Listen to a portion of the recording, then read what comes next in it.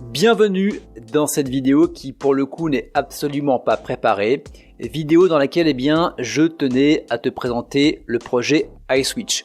Donc le projet iSwitch c'est quoi? À savoir que ça a pris forme autour d'un café avec un pote avec qui on voulait faire de l'apnée sous glace, donc bien évidemment sans combinaison, et un projet qui s'est professionnalisé plus ou moins au fur et à mesure des rencontres qu'on a pu faire et qui s'est transformé en 40 mètres d'apnée sous glace, donc en longueur, et ce sans combinaison.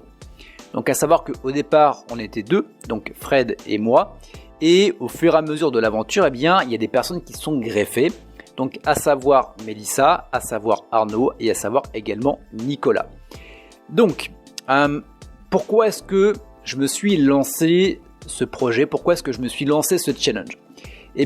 Pour plusieurs choses. La première des choses, c'est que, tu le vois sur cette chaîne, je suis un fan de l'exploration du potentiel humain, sous toutes ses dimensions, en termes de mindset, en termes de respiration, en termes physiques, etc., etc. Et je me suis dit, ça pourrait être également, avec le côté plaisir, un challenge assez drôle et un challenge qui va vraiment me demander de me dépasser. Toujours avec le côté plaisir, j'insiste vraiment là-dessus. Donc, si je le fais, comme je te disais, c'est pour l'exploration du potentiel humain, mais également c'est sur cette capacité à gérer le froid. Donc, à savoir qu'on va être dans des conditions qui vont être totalement différentes. À savoir que l'apnée sous glace, c'est pratiquement 3 disciplines différentes. Donc, tu vas avoir l'apnée d'un côté, tu vas également avoir la gestion du froid, donc l'immersion dans le froid. Tu vas avoir l'apnée, bien évidemment, dans une eau qui est froide, et également de l'apnée dans une eau froide et sous la glace. Donc tu as également ce côté peut-être un peu claustrophobe qui peut arriver, sachant que sur les 40 mètres, on aura un trou tous les 10 mètres. Donc là, je me suis dit, en termes de préparation mentale, c'est un truc que si je le fais, c'est quelque chose qui va me marquer toute ma vie. Et je me dis, ça pourrait être génial d'avoir un truc un petit peu fou. Donc, bien évidemment, par rapport à ça, ce qui est intéressant également, c'est que forcément, ça me fait sortir de ma zone de confort. Et au même moment où tu sors de ta zone de confort, forcément, tu as des peurs qui arrivent. Et donc là, je me suis dit, ok, c'est très bien de faire de la préparation mentale, de faire de la préparation respiratoire pour les autres, mais forcément, de le faire également sur moi, bien évidemment. Donc là, je t'avoue qu'il y a eu pas mal de peurs. La peur déjà de ne pas y arriver. Putain, je me mets un challenge de 40 mètres sous la glace, j'en parle à tout le monde, qu'est-ce qui se passe si j'y arrive pas? Donc là, j'ai fait un gros travail de rééquilibrage des perceptions où je me suis dit, finalement, tu sais quoi? Si je fais 20 mètres, je serai super content. Si je fais 30 mètres, ce sera vraiment super. Et si je fais 40 mètres, je sors de l'eau avec la bouteille de champagne.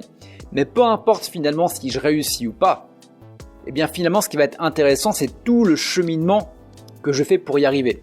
Donc j'aurais jamais participé au championnat de France de nage hivernale, j'aurais jamais participé au championnat du monde de nage hivernale à Saint-Moin, donc là le 12, 13, 14 janvier 2023, j'aurais jamais fait les rencontres que j'ai faites, et également il y a des projets avec le projet iSwitch qui vont bien évidemment arriver, je t'en parlerai également par la suite. Donc finalement, de se libérer de l'enjeu pour profiter du chemin et de tout ce que ça va t'apporter. Et donc ça, en termes de préparation mentale, je pense que c'est vraiment fondamental. Parce qu'à partir du moment où tu te libères de l'enjeu, tu as plus de chances, paradoxalement, de l'atteindre. Donc également, il va y avoir toute la partie préparation respiratoire. Donc à savoir que forcément l'apnée. En termes d'apnée, je ne suis pas forcément très très bon. Je fais à peu près entre 25 et 30 mètres dans une piscine. À savoir que là, l'objectif c'est d'arriver à faire un 50 mètres d'apnée dans une piscine pour pouvoir me dire avec la fatigue du froid, je serai au moins capable de faire un 40 mètres. Bien évidemment, la capacité par les pratiques respiratoires à améliorer ta physiologie pour pouvoir consommer beaucoup moins d'oxygène également et augmenter tes globules rouges. Donc augmenter ce qu'on va appeler finalement l'hypoxie. Donc avoir un travail hypoxique mais également un travail hypercapnique pour pouvoir tolérer également finalement cette concentration en CO2 qui va me donner envie de respirer quand je serai sous la glace. Donc également, les techniques respiratoires vont permettre d'améliorer la concentration, vont permettre également d'améliorer le focus et surtout de vivre le moment présent. Parce qu'à partir du moment où tu fais de l'apnée, si tu penses au trou à 40 mètres, forcément, tu as des chances de paniquer. Alors que si tu arrives à te mettre dans un état tel que c'est simplement un moment présent, constant, qui simplement, comment on va appeler ça, qui se duplique, qui se répète, et donc d'arriver à simplement te caler le visage sur la ligne de vie, et simplement d'être dans le moment présent, et de simplement te laisser hypnotiser par ce fil, par cette corde, finalement, qui défile, sans te dire où est-ce que j'en suis. Pour finalement te dire qu'il y a un moment, et ça m'est déjà arrivé dans la piscine, eh bien tu arrives, tu te cognes la tête contre le bord et tu ne savais même pas où tu en étais. Tu avais complètement déconnecté. Et donc ça, je trouve ça vraiment génial d'avoir cette capacité à vivre ce moment présent. On en parle beaucoup dans beaucoup de livres, que ce soit des livres de spiritualité plutôt côté samouraï, arts martiaux, je suis quand même pas mal fan de ça. Et puis également dans d'autres livres tels que Vivre de Mihawk, je me souviens plus exactement son nom, voilà, que j'avais présenté dans une précédente vidéo que je te mettrai dans le i comme information. Mais voilà. Et puis la dernière chose, pourquoi est-ce que je fais ça? Eh bien c'est simplement pour l'aventure humaine. Voilà, je rencontre de belles personnes, Fred, Mélissa, Arnaud, également Nicolas. Voilà, il y a du soutien, on forme une team et ça je trouve que c'est vraiment génial et ça sera des souvenirs plein la tête, peu importe finalement ce qui va se passer.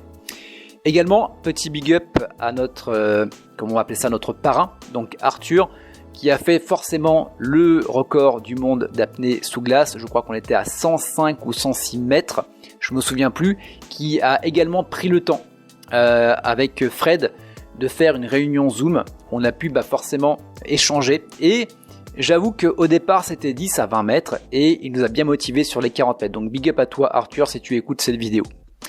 Voilà pour ce partage, je mettrai les liens en dessous de cette vidéo si tu veux nous suivre sur Instagram, également il y a un site qui est prévu. Voilà pour partager cette aventure, si tu as des questions, n'hésite pas également à me les présenter en, comment dire, je vais y arriver, dans la description ou dans les commentaires, voilà. Sachant que dans la description, bien évidemment, tu peux retrouver donc une masterclass dans laquelle eh bien, je te propose des exercices respiratoires ou comment la préparation respiratoire va te permettre de mieux performer. Et également, je t'invite à rejoindre la communauté. Donc, il y a un canal Telegram privé dans lequel, eh bien, forcément, je parle de ce challenge-là. Également, je partage pas mal de réflexions. Et puis également, tu as accès à un podcast privé en rapport avec la performance sportive. Donc, on va parler de préparation mentale, de préparation respiratoire, etc., etc. Tous les liens sont dans la description de la vidéo YouTube. Et quant à moi, je te retrouve très bientôt.